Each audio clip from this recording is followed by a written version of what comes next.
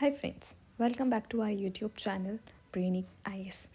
जैसा कि आप सब जानते हैं, हमने बायो सीरीज स्टार्ट की थी। लास्टली कल हमने लाइसोसोम कंप्लीट कर लिया था। आज हम माइटोकॉन्ड्रिया से स्टार्ट करेंगे। तो जानते हैं माइटोकॉन्ड्रिया के बारे में। Mitochondria is also known as a power house of the cell. अब पावर हाउस क्यों कहते हैं? क्योंकि ये क्या करता है, एटीपी बनाता है। एटीपी क्या है? ये एनर्जी का फॉर्म है जो कि हम नॉर्मली यूज़ करते हैं अपनी बॉडी के अंदर। अब जैसे कि किसी चीज़ की करेंसी होती है, ये एनर्जी की करेंसी है हमारी बॉडी में। ठीक है। Mitochondria have two membrane covering. Mitochondria में भी ना टू मेम्ब्रेन कवरिंग होती है। एक ये होगी आउटर कवरिंग, एक इसके अंदर होगी inner covering. The outer covering is porous while the inner membrane is deeply folded. जैसा कि मैंने आपको बताया, these folded increase the surface area for the ATP generation chemical reaction. ये बेसिकली ये पोरस होती है, ये जो सरफेस है ये पोरस होगी और ये काफ़ी है ना, जिस लाइक ऐसे कर्व होगी। ये क्या करती है, सरफेस एरिया बनाती है जिसमें ATP आराम से जनरेट हो सके। The energy required for various chemical activities needed for life is released by mitochondria in a form of ATP. ATP का फुल फॉर्म आप याद रखिएगा, that is adenosine triphosphate molecule. ATP is known as the energy currency of the cell. जैसे मैंने आपको बताया, the body uses energy stored in ATP for making a new chemical compounds and for the mechanical work. जैसे for example हम भाग रहे हैं या फिर हम कुछ कर रहे हैं, तो बेसिकली हमारे क्या हो रही है, जो एनर्जी लॉस हो रही है, वो एनर्जी किस फॉर्म में लॉस हो रही है, दैट इज़ एटीपी। हम फॉर एग्ज़ाम्पल अगर हम खा भी रहे हैं, बात कर रहे हैं या हम पढ़ रहे हैं, तो ये एटीपी हम कंटिन्यूसली लॉस कर रहे हैं। Mitochondria are the strange organelle in the sense that they have their own DNA and ribosome. अब बेसिकली क्या होता है, जो माइटोकॉन्ड्रिया होता है इसका खुद का डीएनए होता है और इसकी खुद की राइबोसोम होती है। Mitochondria are able to make some of their own proteins. और जो माइटोकॉन्ड्रिया है, वैसे प्रोटीन कौन बनाता है, प्रोटीन बनाता है अपना राइबोसोम। बट कुछ प्रोटीन्स जो होते हैं, जो माइटोकॉन्ड्रिया को चाहिए रहते हैं, ये खुद फॉर्म कर लेता है। अब हमारा जो नेक्स्ट टॉपिक है दैट इज़ प्लास्टिड। अब आइए जानते हैं प्लास्टिड के बारे में। Plastids are present only in the plant cell. Okay. These are of two type of plastid. अब इसमें दो टाइप के प्लास्टिड होते हैं। एक होता है क्रोमोप्लास्ट जो कि कलर में होते हैं, एक होता है ल्यूकोप्लास्ट वाइट और कलरलेस प्लास्टिड। अब जैसे कभी आपने टमाटर का रंग देखा होगा कि ये लाल क्यों होता है, ड्यू टू क्रोमोप्लास्ट। जो हरी मिर्ची होती है तो बेसिकली वो हरी क्यों होती है, क्योंकि इसमें क्रोमोप्लास्ट रहते हैं। अब जैसे आम देखा होगा, आम क्यों होता है, क्योंकि इसमें क्रोमोप्लास्ट होते हैं, अलग अलग रंग की वजह से होते हैं, डिफरेंट डिफरेंट कलर्स देते हैं डिफरेंट चीज़ों को। अब जो ल्यूकोप्लास्ट होते हैं बेसिकली ये कलरलेस होते हैं, इनमें कोई कलर नहीं होता। Chromoplast containing a pigment chlorophyll, ये मस्ट इम्पॉर्टेंट है, ये आप याद रखिए। Chlorophyll are known as a chloroplast, इसको हम क्लोरोप्लास्ट भी कहते हैं। Chlorophyll are important for the photosynthesis. अब जैसे कि आप जानते हैं प्लांट फोटोसिंथेसिस करते हैं, तो फोटोसिंथेसिस बेसिकली क्या होता है, प्लांट अपनी जो सनलाइट होती है उससे अपना क्या करते हैं, फूड प्रिपेयर करते हैं by the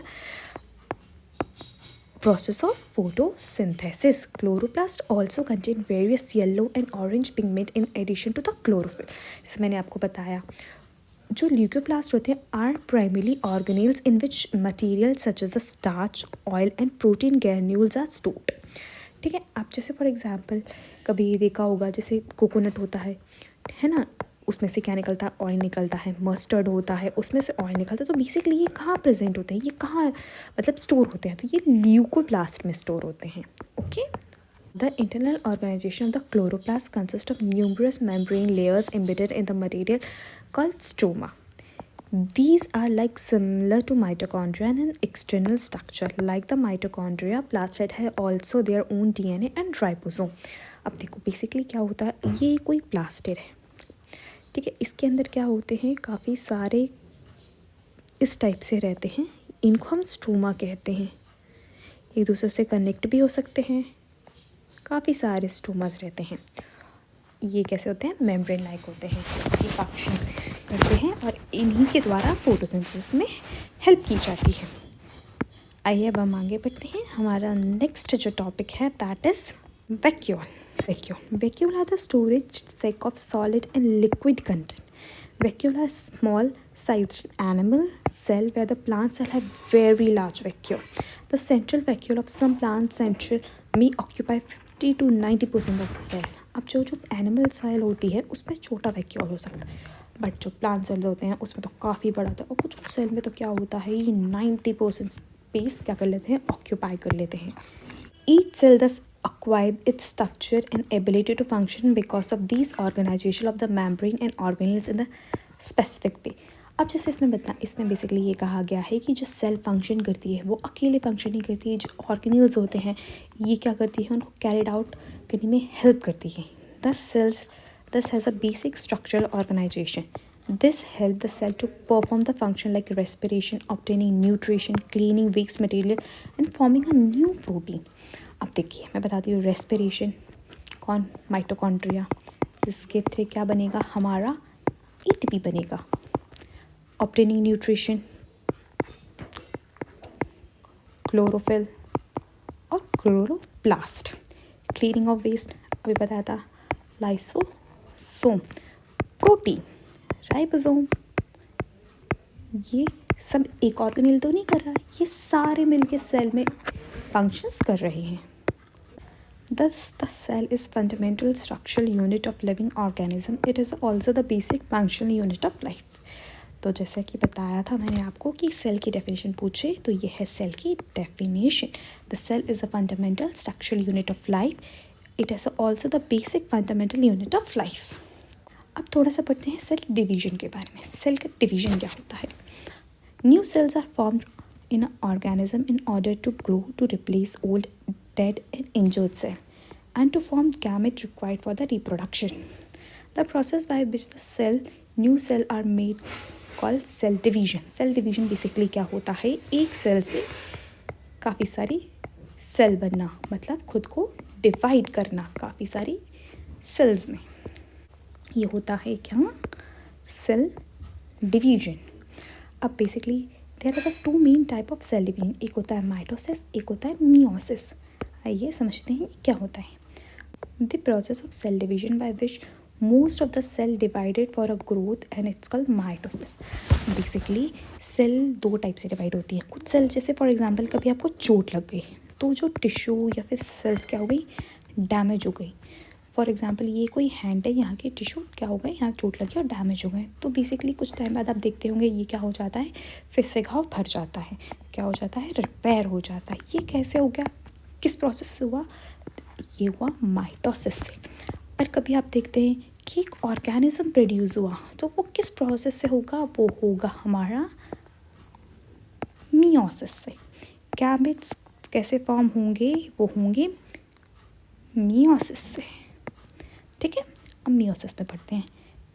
in the process each cell called mother cell, हर सेल मदर सेल कहलाएगी, divide to form a two identical daughters cell. The daughter cell have the same number of chromosome as a mother cell. It help the growth and repair the tissue in an organism. Mitosis में क्या होता है, ये mitosis होती है, ये एक cell है, ये ऐसा मदर सेल होगी, इसकी ये जो सेल होगी ना एग्जैक्टली सेम होंगी. कैसी होंगी, सेम, और वी कैन से ट्विन्स होंगी. बट जो मियोसिस होगा ना, इसकी हर सेल अलग अलग होगी. They are not same, not identical. अब मियोसिस के बारे में पढ़ते हैं.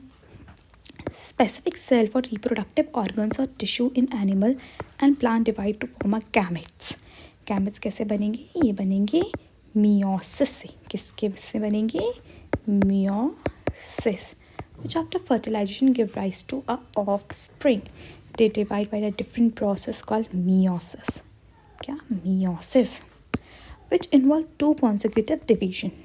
When a cell divide by the meiosis, it's produce 4 new cell instead of just 2.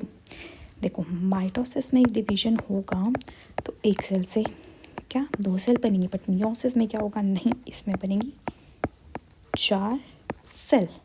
वो भी कैसे, पहले 1 से 2 बनी, फिर 2 से 4. ये एक ही प्रोसेस है, ये अलग अलग प्रोसेस नहीं. It was a whole single process. A new cell only have half number of chromosome in the chromosome than that of mother cell. अब देखो बेसिकली क्या होता है, यहाँ देखते हैं, इसमें नंबर ऑफ क्रोमोसोम कितने हैं, 4. इसमें कितने हैं, 4. इसमें कितने हैं 4। तो बेसिकली अगर ये 2n है तो ये भी कहती है 2n, मतलब बराबर नंबर के क्रोमोसोम है। इसमें देखा जाए ये है 2n। ओके, बेसिकली इसमें क्या है, नंबर ऑफ क्रोमोसोम कम हो रहे हैं, इसमें 4, इसमें 2 n, एंड दैट इसमें तो 2, इसमें 2, इसमें 2, इसमें एंड 2 इसमें। तो ये क्या करेगी, मियोसिस में जो क्रोमोसोम होंगे वो कम होते जाते हैं, मतलब अपने जो पेरेंट सेल्स है उससे कम होंगे। इसमें अगर 4 हैं, इसमें 2, ये ऐसे रहेगा। तो ये हमारा चैप्टर कंप्लीट हो चुका है। नेक्स्ट चैप्टर हम स्टार्ट करने जाएंगे जल्द ही। Please like subscribe our channel. Thank you.